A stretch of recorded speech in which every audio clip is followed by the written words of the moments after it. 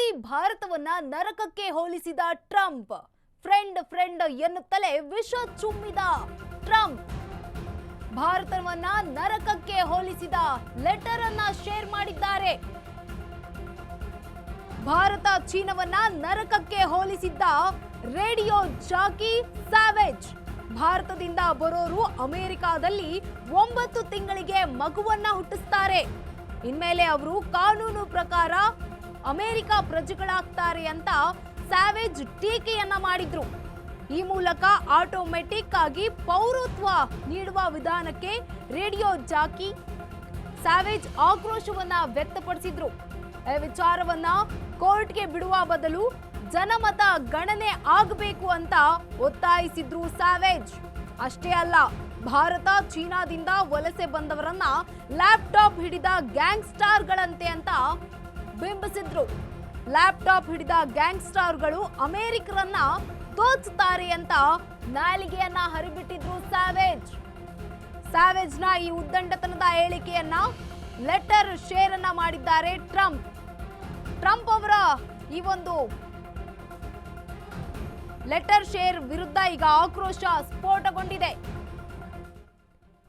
ಮೋದಿ ಭಾರತವನ್ನ ನರಕಕ್ಕೆ ಹೋಲಿಸಿದ ಅಮೆರಿಕ ಅಧ್ಯಕ್ಷ ಟ್ರಂಪ್ ಫ್ರೆಂಡ್ ಎನ್ನುತ್ತಲೇ ವಿಷವನ್ನ ಚುಮ್ಮಿದ ಟ್ರಂಪ್ ಭಾರತವನ್ನ ನರಕಕ್ಕೆ ಹೋಲಿಸಿದ ಲೆಟರ್ ಅನ್ನ ಶೇರ್ ಮಾಡಿದ್ದಾರೆ. ನೋಡಿ, ಇವ್ರು ಮಾಡೋ ಕೆಲಸಗಳೇ ಇಂಥವು ಅನ್ಸುತ್ತೆ. ಸುಮ್ಮನೆ ಇದ್ದಂಥ ಪ್ರತಿ ದೇಶಗಳ ವಿರುದ್ಧ ದಾಳಿಯನ್ನ ಮಾಡೋದು, ಈಗ ಫ್ರೆಂಡ್ ಎನ್ನುತ್ತಲೇ ಭಾರತಕ್ಕೆ ವಿಷ ಕಕ್ಕಿರುವಂತಹ ಟ್ರಂಪ್ ಭಾರತ ಚೀನಾವನ್ನ ನರಕಕ್ಕೆ ಹೋಲಿಸಿದ್ದ ರೇಡಿಯೋ ಜಾಕಿ ಸ್ಯಾವೇಜ್. ಈ ರೇಡಿಯೋ ಜಾಕಿ ಸ್ಯಾವೇಜ್ ಅನ್ನೋರು ಏನಿದ್ದಾರಲ್ಲ, ಅವರು ಅಮೆರಿಕಾದಲ್ಲಿ ಪ್ರಸಿದ್ಧ ರೇಡಿಯೋ ಜಾಕಿ. ಅವರು ಭಾರತ ಹಾಗೆ ಚೀನಾವನ್ನ ನರಕಕ್ಕೆ ಹೋಲಿಸಿರ್ತಾರೆ, ಮಾತನಾಡಿರ್ತಾರೆ. ಭಾರತದಿಂದ ಬರೋರು ಅಮೆರಿಕಾದಲ್ಲಿ 9 ತಿಂಗಳಿಗೊಂದು ಮಗುವನ್ನ ಹುಟ್ಟಿಸ್ತಾರೆ. ಇನ್ಮೇಲೆ ಅವರು ಕಾನೂನು ಪ್ರಕಾರ ಅಮೆರಿಕ ಪ್ರಜೆಗಳನ್ನ ಆಗ್ತಾರೆ ಅಂತ ಸ್ಯಾವೇಜ್ ಟೀಕೆಯನ್ನ ಮಾಡಿದ್ರು. ಆ ಮೂಲಕ ಆಟೋಮೆಟಿಕ್ ಆಗಿ ಪೌರತ್ವ ನೀಡುವ ವಿಧಾನಕ್ಕೆ ರೇಡಿಯೋ ಜಾಕಿ ಸ್ಯಾವೇಜ್ ಆಕ್ರೋಶವನ್ನ ವ್ಯಕ್ತಪಡಿಸಿದ್ರು.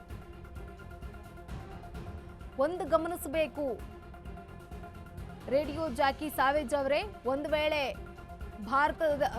ಭಾರತದವರು ಏನಿದ್ದಾರಲ್ಲ ಪ್ರಜೆಗಳು, ಅಲ್ಲಿ ಬಂದು ನಿಮ್ಮ ದೇಶದಲ್ಲಿ ಕೆಲಸ ಮಾಡ್ತಿದ್ದಾರಲ್ಲ, ಅವ್ರೇನಾದ್ರೂ ನಿಮ್ಮ ದೇಶ ಬಿಟ್ಟು ಬಂದ್ರೆ ನೀವೇ ವಾಪಸ್ ಬರ್ತೀರಾ?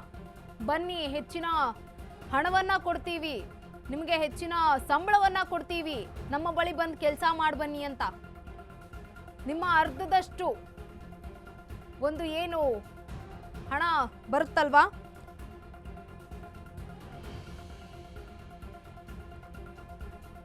ಈ ರೀತಿ ಹೇಳಿಕೆ ಕೊಡೋದು ತಪ್ಪಲ್ವಾ? ಮೋದಿ ಭಾರತವನ್ನ ನರಕಕ್ಕೆ ಹೋಲಿಸಿದ್ದಂತಹ ಟ್ರಂಪ್ ಅವರು ಫ್ರೆಂಡ್ ಅನ್ನುತ್ತಲೇ ವಿಷವನ್ನ ಚುಮ್ಮಿದ್ದಾರೆ. ಭಾರತ ಚೀನಾವನ್ನ ನರಕಕ್ಕೆ ಹೋಲಿಸಿದ್ದಂತಹ ರೇಡಿಯೋ ಜಾಕಿ ಸ್ಯಾವೇಜ್ ಅವರು ಈ ಒಂದು ಲೆಟರ್ ಅನ್ನ ಟ್ರಂಪ್ ಅವರು ಟ್ವೀಟ್ ಮಾಡಿದ್ದಾರೆ. ಈಗ ಈ ಒಂದು ಟ್ವೀಟ್ಗೆ ಎಲ್ಲೆಡೆ ಆಕ್ರೋಶ ವ್ಯಕ್ತವಾಗ್ತಾ ಇದೆ.